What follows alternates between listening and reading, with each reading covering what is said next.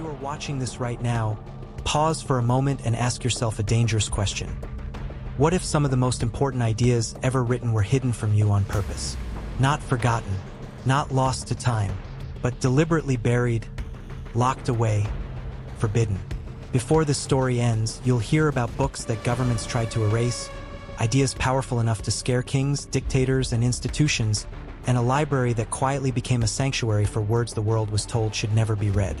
Stay with this story until the end, because once you know this place exists, you'll never look at books or freedom of thought the same way again. And if stories like this matter to you, stories about truth, secrecy, and the hidden forces that shape our world, make sure you stay connected, because this is only the beginning. The building doesn't announce itself. No grand marble steps, no towering statues warning you of its importance. It sits quietly, almost modestly, on a calm street in Stockholm, Sweden. In winter, snow settles gently against its walls. In summer, light lingers late into the night. To passers-by, it looks like just another library, clean, orderly, harmless. But behind its doors lies one of the most dangerous collections of books on Earth.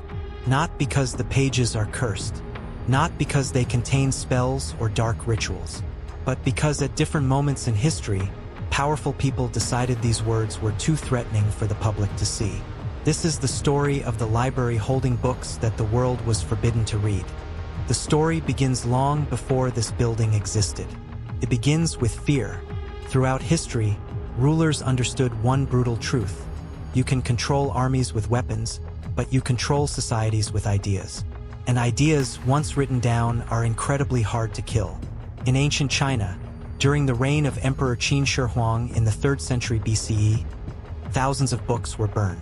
Scholars who refused to surrender their texts were executed. The goal was simple: erase the past to control the future. Centuries later, the Catholic Church created the Index Librorum Prohibitorum, a list of forbidden books. Galileo's writings appeared on it. So did works by philosophers, scientists, and theologians who dared to question accepted doctrine. In Nazi Germany, books were thrown into massive public bonfires. Students and soldiers fed the flames with works by Jewish authors, political dissidents, and anyone deemed un-German. The fires burned late into the night, lighting the faces of cheering crowds who believed they were witnessing purification. In the Soviet Union, manuscripts disappeared into secret archives. Writers vanished into labor camps. Owning the wrong book could destroy your career or your life. Different countries, different centuries, same fear. Words that could not be allowed to spread. By the early 20th century, censorship had evolved. It became quieter, more bureaucratic, more efficient. Books weren't always burned anymore. Sometimes they were simply banned, confiscated, or locked away where no one could see them. And that's when a strange idea began to take shape in Sweden. What if, instead of destroying banned books, someone preserved them? What if there was a place where forbidden ideas could be protected? Not because they were right or wrong, but because history itself demanded their survival. In 1938, as Europe edged closer to catastrophe, the National Library of Sweden quietly made a decision. They would begin collecting books that were banned, censored, or restricted in their countries of origin. At the time, this seemed like an administrative choice, a scholarly effort, something librarians did. But within a year, the world would be at war. As Nazi influence spread across Europe, books began disappearing at an alarming rate. Entire publishing houses were shut down. Authors fled or went silent. Libraries were purged.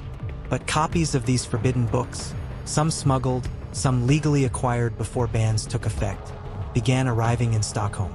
They came from Germany, from Italy, from occupied territories, from countries where speaking freely had become a crime. Librarians cataloged them carefully. No fanfare, no public announcements, just quiet preservation. By the end of World War II, the collection had grown into something unprecedented, a living archive of censorship itself. And the world had no idea it existed. Inside the library, the air is controlled, cool, dry, precise. The shelves stretch farther than most visitors expect. Some books are thin pamphlets. Others are heavy, leather-bound volumes that feel older than the hands holding them. Many have stamps, warnings, or handwritten notes from censors. Confiscated, prohibited, not for public circulation. Some books are dangerous not because of what they say, but because of when they were written.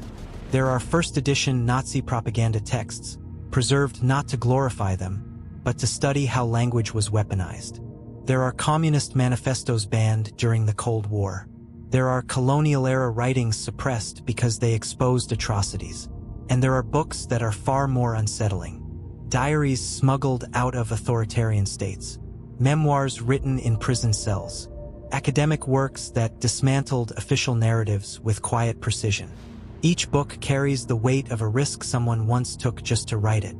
One of the most haunting items in the collection is a slim book published in Germany in the early 1930s. At first glance, it looks unremarkable. Plain cover, faded ink. But this book criticized the Nazi regime before it had fully consolidated power. It named names. It predicted consequences. Within months of its release, it was banned. Copies were seized. The author disappeared. Most versions were destroyed, except one. It now rests in this library, not as a monument, but as evidence. Evidence that someone saw what was coming and tried to warn the world. During the Cold War, the library's role became even more delicate.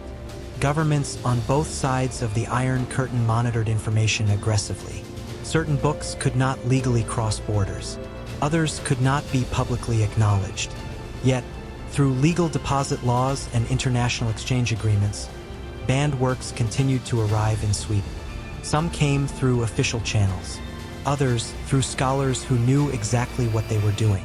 The librarians understood the risk, not to themselves, but to the collection's integrity. One wrong move and political pressure could shut the entire effort down. So they remained neutral, meticulous, almost invisible. They didn't promote the books. They didn't judge them. They simply preserved them. What makes this library different from a secret vault is one crucial detail. The books are not hidden forever. They are available to researchers. Anyone with legitimate scholarly purpose can request access. Historians, journalists, writers, students, people trying to understand not just what societies believed, but what they were afraid of. Because censorship leaves fingerprints. When you study banned books, patterns emerge. You see which ideas threaten power structures, which voices are silenced first, which truths are labeled dangerous.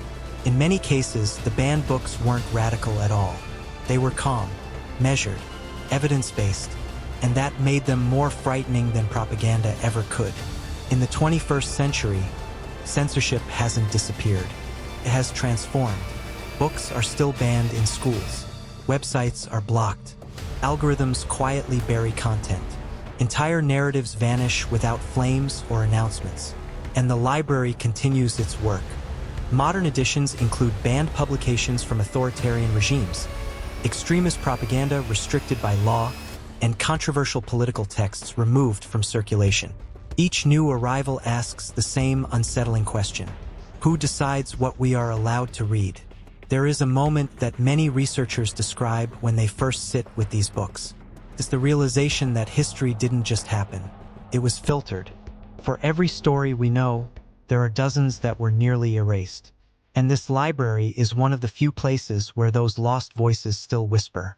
Not shouting, not preaching, just waiting to be heard. As you leave the story, remember this: the most dangerous ideas are rarely loud. They don't always demand revolution. Sometimes they simply tell the truth at the wrong time. This library doesn't exist to glorify forbidden ideas. It exists to remind us what fear looks like when it writes laws. And if you believe stories like this matter, stories about hidden history, suppressed knowledge, and the quiet power of words, then stay curious. Stay questioning. Stay watching. Because somewhere right now, another book is being labeled dangerous. And one day, it may end up on a shelf like these, waiting for someone brave enough to open it.